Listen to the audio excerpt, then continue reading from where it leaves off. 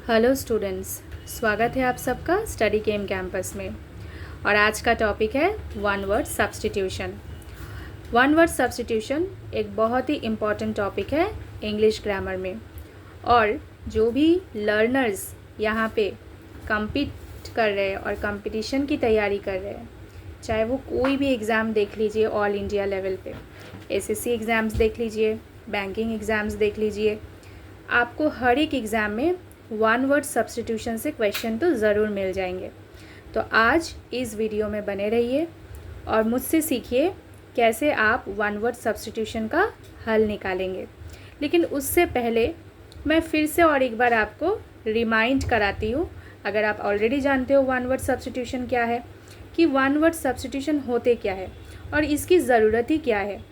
अगर हम लोग एक सेंटेंस को लिखते हैं या फिर हम लोग एक सेंटेंस को कहते हैं, तो कहते वक्त और लिखते वक्त वर्ड जो है ना उसको कम यूज़ करें। तो कैसे यूज़ करें? तो ग्रुप ऑफ वर्ड्स को सब्स्टिट्यूट कर दे किसी एक वन वर्ड से, तो उसी को हम लोग वन वर्ड सब्स्टिट्यूशन कहते हैं।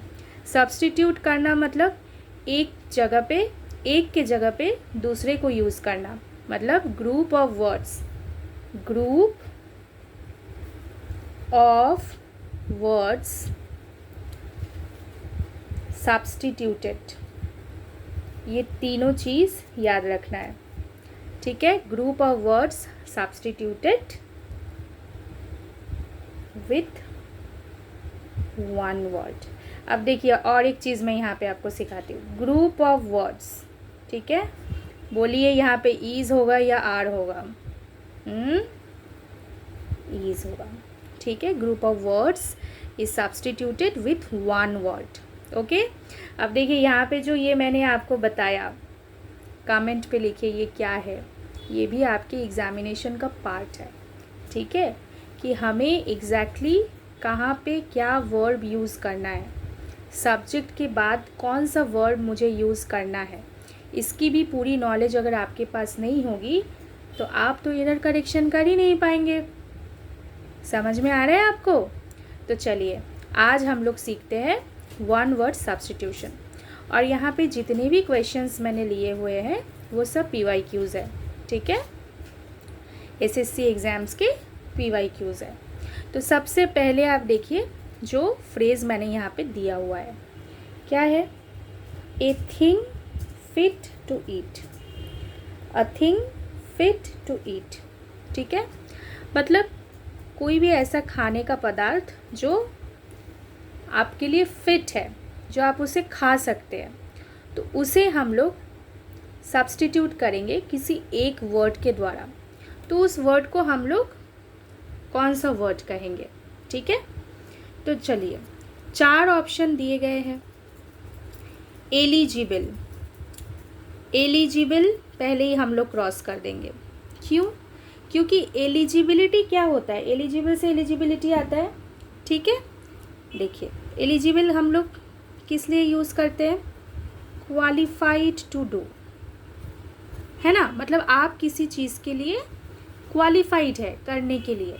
जैसे आप जब एग्ज़ामिनेशन के फॉर्म भरते हैं तो आपको वहाँ पे एक एलिजिबिलिटी क्राइटेरिया दिया रहता है, राइट, मतलब how much qualified you are for that particular exam, ये आपको वहाँ पे फिल करना पड़ता है, मतलब उस हिसाब से आपको फिल करना पड़ता है ना।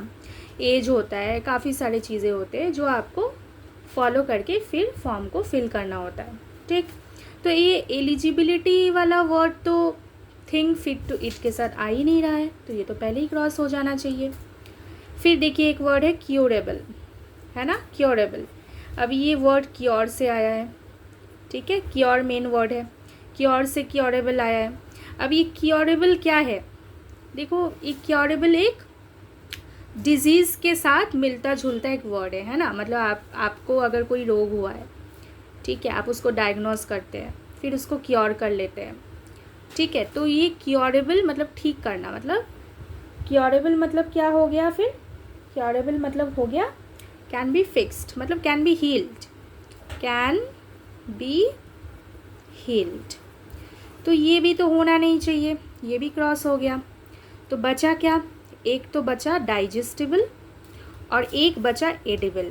कर दिया ना आपको एसएससी एग्ज़ाम में आपको कन्फ्यूजन में डाल दिया गया कि आप डाइजेस्टिबल को टिक करें या फिर एडिबल को टिक करें।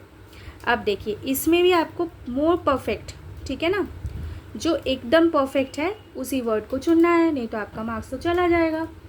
तो इसमें डाइजेस्टिबल भी देखिए खाने के साथ ही रिलेटेड वर्ड है और एडिबल भी खाने के साथ रिलेटेड वर्ड है। तो आंसर डाइजेस्टिबल करें या एडिबल करें, ये हमें सोचना है, ठीक है। अब देखिए डाइजेस्टिबल मतलब जो क्या होगा, जो इजीली डाइजेस्ट हो जाएगा, है ना, तो इजी टू डाइजेस्ट होगा। ओके, इजी टू डाइजेस्ट होगा, अच्छे से समझो। और ये एडिबल का मतलब क्या है, safe to eat, safe to eat. तो देखो यहाँ पे क्या पूछा गया, a thing fit to eat, है ना, तो ये फिट के साथ क्या वर्ड जाता है, सेफ, इसीलिए डाइजेस्टिबल यहाँ पे आंसर नहीं होगा। यहाँ पे आंसर क्या बनेगा, यहाँ पे आंसर बनेगा edible. Okay, a thing fit to it is called in one word edible. Am I clear, समझ में आया आप सबको? चलिए अब देख लेते हैं अपना नेक्स्ट क्वेश्चन। इसमें क्या है, group of words, ability to persuade others, ability to persuade others. Ability word कहाँ से आता है ये भी बता देते, एबल वर्ड से आता है एबिलिटी, ठीक है। परसुएट करना मतलब किसी को मनाना, ठीक है, किसी को मनाना मतलब आप किसी के साथ बातचीत कर रहे हैं, कोई तर्क वितर्क रख रहे हैं, बातचीत कर रहे हैं, अच्छे से अपना ओपिनियन रख रहे हैं और आप उसको मना लेते हैं, मतलब आप में ये कला है, एक स्किल होता है ना। देखिए हर कोई तो हर किसी की बात को गौर नहीं फरमाता है ना, या फिर गौर से और ध्यान से सुनते भी नहीं है, लेकिन आपके अंदर वो कला है कि आप बहुत ईजीली किसी को भी परसुएट कर सकते हैं, ठीक है। अब देखते हैं यहाँ पे, पहले हम लोग एलिमिनेट कर देते हैं कि क्या क्या नहीं होगा, उसको पहले हटा दो, ठीक है ना। चाहे आप वहाँ पे क्वेश्चन पेपर में पेंसिल से हटाओ या फिर अपने माइंड पे हटाओ, this is up to you, ठीक है ना। लेकिन आपको ये सोचना है कि सोच में ही आप हटाओ, आपको पेंसिल भी नहीं यूज़ करना है, डायरेक्ट पेंसिल यूज़ करना है आपको आंसर टिक करने के लिए। तो देखो, और बॉल पॉइंट पेन यूज़ करना है ओएमआर शीट को भरने के लिए, बस इतना ही है। एबिलिटी टू परसुएट अदर्स, तो हॉल्ट का क्या मतलब है, देखो हॉल्ट तो यहाँ पे बनेगा ही नहीं। परसुएट करना मतलब है किसी को मना लेना, किसी को अग्री करवा लेना, ठीक है ना। तो हॉल्ट तो यहाँ पे होगा ही नहीं। हॉल्ट का मतलब क्या है, हॉल्ट का मतलब है मान के चलो कहीं पे रुकना, ठीक है ना, taking a pause, taking a pause, या फिर टू स्टॉप मूविंग, ठीक है, टू स्टॉप मूविंग, तो इसे हॉल्ट कहते हैं। तो ये तो होगा ही नहीं, है ना। अब सप्रेस करना मतलब क्या है, सप्रेस करना मतलब देखो अब आप किसी को दबा रहे हो, कोई कुछ बोलना चाहता है, आपने उसको रोक दिया, आपने उसको दबा दिया, तो ये हो गया सप्रेस, तो ये भी तो होगा नहीं।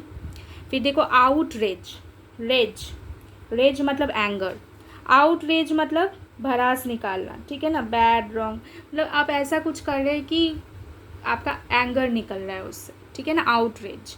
तो ये आउटरेज तो होगा नहीं, तो यहाँ पे फिर क्या होगा, इम्प्रेस होगा, ठीक है ना, यहाँ पे होगा इम्प्रेस। ओके, तो ये बनेगा इसका आंसर। नेक्स्ट क्वेश्चन देखिए, a person who believes that laws and governments are not necessary, मतलब व्यक्ति है भाई, इंडिविजुअल विचारधारा इंसानों की होती है, तो कोई एक इंसान है जिसको मतलब कोई एक इंडिविजुअल है ना, कि उसको बिलीफ है, मतलब ये उसका ये खुद का बिलीफ है, ठीक है ना। बिलीफ देखो किसी का पॉजिटिव भी हो सकता है, किसी का नेगेटिव भी हो सकता है, किसी का न्यूट्रल बिलीफ भी हो सकता है ना। तो इतना तो लिबर्टी हर एक डेमोक्रेटिक नेशन में होता है कि आपको एक अपना बिलीफ रखने का एक मतलब लिबर्टी है ना, फ्रीडम है, लिबर्टी, फ्रीडम। तो देखो अगर कोई इंसान, अ पर्सन हु बिलीव्स, मतलब उसको ये बिलीव है कि laws and governments are not necessary, मतलब एक ऐसा स्टेट, एक ऐसा सिचुएशन जहाँ पे कोई लॉ ना हो, कोई गवर्नमेंट, अब देखो ये तो प्रैक्टिकली पॉसिबल नहीं है ना, कोई लॉ नहीं है, ठीक है ना, तो कैसे चलेगा, वो पॉसिबल ही नहीं है। लेकिन किसी का बिलीव अगर है ऐसा, तो उसे हम लोग क्या कहते हैं, उसको हम लोग क्या कह सकते हैं, ठीक है ना। तो उसे हम लोग देखो ये चारों ऑप्शन को मैं डिस्कस ज़रूर करूँगी, एक्सप्लेन करूँगी, लेकिन उसके पहले मैं इसका पहले आंसर बता देती हूँ, ठीक है ना। पहले मैं मोटा मोटा इसका आंसर बता देती हूँ कि आपको इसमें कोई दिक्कत ही ना आए, ठीक है। तो किसे कहते हैं, है ना, किसे कहते हैं कि उसको बिलीव है कि लॉ और गवर्नमेंट नॉट रिक्वायर्ड, तो उसे हम लोग एनर्किस्ट कहते हैं, एनर्किस्ट, ठीक है, एनर्किस्ट कहते हैं। और देखो एंटी मतलब क्या, इन ऑपोजिशन टू, मतलब किसी चीज़ को अपोज करना, ठीक है, किसी चीज़ को अपोज करना, वो कुछ भी हो सकता है, ठीक है। यहाँ पे क्राइस्ट लिखा हुआ है, एंटी क्राइस्ट। अच्छा, एडवर्सरी का मतलब मैं बता देती हूँ। आप एक कंपटीशन में हो, आपके साथ कोई और भी एक कंपटीशन में है, उसको भी वो पोजीशन चाहिए, आपको भी वो पोजीशन चाहिए, तो वो जो आपका कॉम्पिटिटर है, जो आपका ओपोनेंट है, उसको एडवर्सरी कह सकते हैं हम लोग, ठीक है। ओपोनेंट इन अ कंपटीशन, ठीक है, ओपोनेंट इन अ कंपटीशन। अब एंटागनिस्ट किसे कहते हैं, देखो एंटागनिस्ट का आप देख लो, क्योंकि क्या पता है ये अगर आ जाए तो, है ना। एंटागनिस्ट मतलब कि कोई ऐसा चाहे कि गवर्नमेंट ही ना रहे, गवर्नमेंट ही ना रहे, दरकार नहीं है, नहीं, गवर्नमेंट ही ना हो वहाँ पे, ठीक है ना, तो वो होता है एंटागनिस्ट, ठीक है। एंटागनिस्ट मतलब opposite, antagonist is opposite to protagonist, ठीक है। तो ये बनता है इसका, एनार्किस्ट बनता है इस क्वेश्चन का आंसर, ठीक है, समझ में आया, क्लियर हुआ। अच्छा चलो अब नेक्स्ट क्वेश्चन में चलते हैं। नेक्स्ट क्वेश्चन में देखो क्या है, any female animal, okay, any female animal which feeds it's young on milk from her own body, ठीक है, मतलब एक फीमेल एनिमल मतलब माता, ठीक है, एक एनिमल को भी जन्म देने वाली उसकी माँ होती है, तो फीमेल एनिमल जो अपने बच्चे को दूध पिलाती है, ठीक है ना, फीड कराती है, तो उसे हम लोग क्या कहते हैं। यहाँ पे 4 ऑप्शन ही। अब ये तो देखो जनरल साइंस तो आपका एक पार्ट है, अब इसका तो क्या वो क्या आप जानो या ना जानो, इसका तो गलत आंसर हो नहीं सकता आपसे, या होना नहीं चाहिए, तो मैमल ही होगा, ठीक है ना। फौना मतलब एनिमल स्पीसीज, ठीक है, इसका प्लांट क्या होता है, प्लांट स्पीसीज होता है फ्लोरा, ठीक है। अच्छा, पैरासाइट, पैरासाइट हम लोग किसे कहते हैं, पैरासाइट हम लोग एक ऐसे ऑर्गेनिज्म को कहते हैं जो सर्वाइव करते हैं किसी और ऑर्गेनिज्म के ऊपर, है ना, कोई और स्पीसीज़ के ऊपर वो डिपेंड करके वो रहता है, ठीक है ना। एक एग्जांपल दे देती हूँ मैं इसका, टेप वर्म, टेप वर्म, ठीक है। चलो आप, ये तो जनरल साइंस की बातें हो गई, लेकिन जो कि मैं यहाँ पे वोकैबुलरी के ऊपर काम कर रही हूँ, हम लोग यहाँ पे कर रहे हैं कि कैसे ग्रुप ऑफ वर्ड्स को एक वर्ड में हम लोग यूज़ कर सकते हैं, तो उस हिसाब से मैं आपको बता रहा हूँ। वर्टिब्रेट किसे कहते हैं, देखो जो ऐसे एनिमल्स होते हैं ना जिसकी रीढ़ की हड्डी होती है, उसे हम लोग वर्टिब्रेट कहते हैं, ठीक है। तो मतलब बर्ड, फिश और animal that has a bone along its back, ठीक है ना, that has a bone along its back, उसे हम लोग वर्टिब्रेट कहते हैं, ठीक है। तो हमारा यहाँ पे आंसर क्या बना इस क्वेश्चन का, मैमल बना, ओके। देखते हैं अब नेक्स्ट क्वेश्चन देखते हैं। नेक्स्ट क्वेश्चन में क्या है, सर्टेन टू हैपन, सर्टेन मतलब जो होना ही है, ठीक है। सर्टेन मतलब आप सर्टेन है, आप निश्चित है। अब टू हैपन मतलब कुछ घटना हैपन, तो सर्टेन टू हैपन मतलब आप निश्चित है कि वो घटेगा। तो इसमें से चारों ऑप्शन में से कौन सा होना चाहिए। देखो जस्टिफाइबल का क्या मतलब है, जस्टिफाइबल मतलब है कि accepting, okay, accepting something, okay, since it has a reason to support it. देखो कितना हमको लिखना पड़ता, अगर हमको जस्टिफाइबल वर्ड नहीं आता तो हमको सेंटेंस को देखो कितने सारे शब्दों का इस्तेमाल करके इसको बढ़ाना पड़ता, और उसी को हम लोगों ने सब्स्टिट्यूट कर दिया एक वर्ड में, जस्टिफाइबल। जस्टिफाइबल मतलब जस्टिफाई आप कर सको, मतलब आप मान के चलो आप कोई अपना ओपिनियन बता रहे हो, ठीक है ना। अब आप जो ओपिनियन बता रहे हो, अब उसका तो भाई एक रीज़न होना चाहिए। ऐसा ही नहीं कि आप दुनिया में किसी का भी ओपिनियन सुन ले जिसका कोई तर्क वितर्क ना हो, या फिर आप किसी को ओपिनियन दे दो, है ना, जिसका कोई आपके पास रीज़न ही नहीं है। बस आपको बोलना था, आपने बोल दिया, और आपने सोचा भी नहीं कि आपके उस ओपिनियन का सामने वाले पे क्या असर पड़ेगा, है ना। तो justifiable opinion should be justifiable, मतलब आपका जो बोलने का या फिर सोचने का नज़रिया, हर एक चीज़ का एक रीज़न होना चाहिए, है ना। रीज़न नहीं होगा तो दूसरे आप पे क्यों भरोसा करेंगे, ठीक है।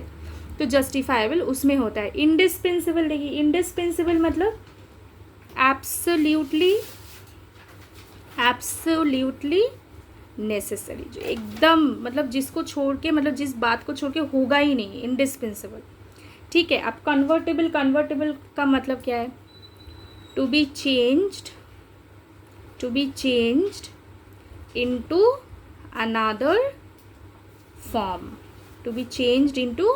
another form, इसको कन्वर्टेबल कहते हैं, ठीक है। तो ये तीनों में से तीनों ही तो होगा नहीं, है ना। सर्टेन टू हैपन मतलब जो होकर ही रहेगा, तो इनएविटेबल होगा इसका करेक्ट आंसर। इनएविटेबल क्या होगा इसका करेक्ट? इनएविटेबल मतलब क्या? जैसे अगर हम लोगों ने जन्म लिया है तो एक ना एक दिन हमको तो मरना ही है, ठीक है ना। तो जैसे एक एग्जाम्पल ले देती हूँ, डेथ इज़ इनएविटेबल, ठीक है। चलो एक एग्जाम्पल दे दिया मैंने आपको यहाँ पे। अगर जन्म हम लोगों ने लिया है तो डेथ तो इनएविटेबल है, हम लोग तो अमर है नहीं, एक ना एक दिन तो हमको मरना ही है। तो डेथ इज़ इनएविटेबल मतलब सर्टेन टू हैपन, ठीक है। अब वो डेथ कब आएगी ये अगर हमें पता चल गया ना, तो हम तो उसी दिन मर गए। सोचो कि ये ही सोचने में ये इस दिन ऐसा होगा, नहीं।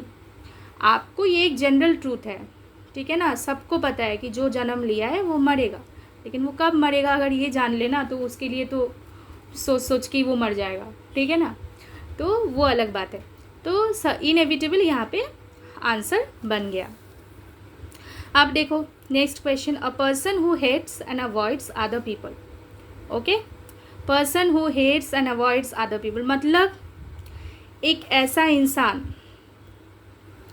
who does not love mankind, मतलब उसको इंसान से प्यार ही नहीं है ना। उसको मतलब उसको हम लोग बोल सकते हैं कि मानव द्वेषी है, ठीक है। मतलब उसके मन में बहुत द्वेष है मानवता के ऊपर, मानव के ऊपर। तो ऐसे लोगों को हम लोग मिज़anthropy कहते हैं। क्या बोलते हैं? मिज़anthropy। A person who hates and avoids other people। अब हर्मिट क्यों नहीं होगा भाई? हर्मिट तो हम लोग जनरली उसे कहते हैं जो एक सॉलिटरी लाइफ को, one who leads a solitary life. अब सॉलिटरी मतलब लोनलीनेस, लोनसम भी हो सकता है, लोनलीनेस, लोनसम, ठीक है।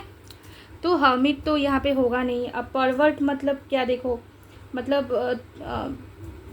कोई आपके सामने एक बंदा बैठा हुआ है जो मॉरली करेक्ट है ना, मतलब नीति से भरा हुआ इंसान है, वो मॉरली करेक्ट है, लेकिन आपने उसको ऐसा ओपिनियन दिया, ऐसा उसका जस्टिफाइड रीज़न और तर्क अपने हिसाब से दिया कि उसका सोच ही बदल गया, तो उसके परवर्ट करना बोलते हैं। और मैसोकिस्ट किसे कहते हैं? मैसोकिस्ट मतलब गेनिंग प्लेजर, ठीक है, gaining pleasure from pain। I hope friends आपको समझ में आ गया होगा, और आपको ऐसे और वीडियोस पाने के लिए ज़रूर सब्सक्राइब करें, कमेंट ज़रूर करें आपको किस नए टॉपिक पे मेरे से पढ़ना है। Thank you.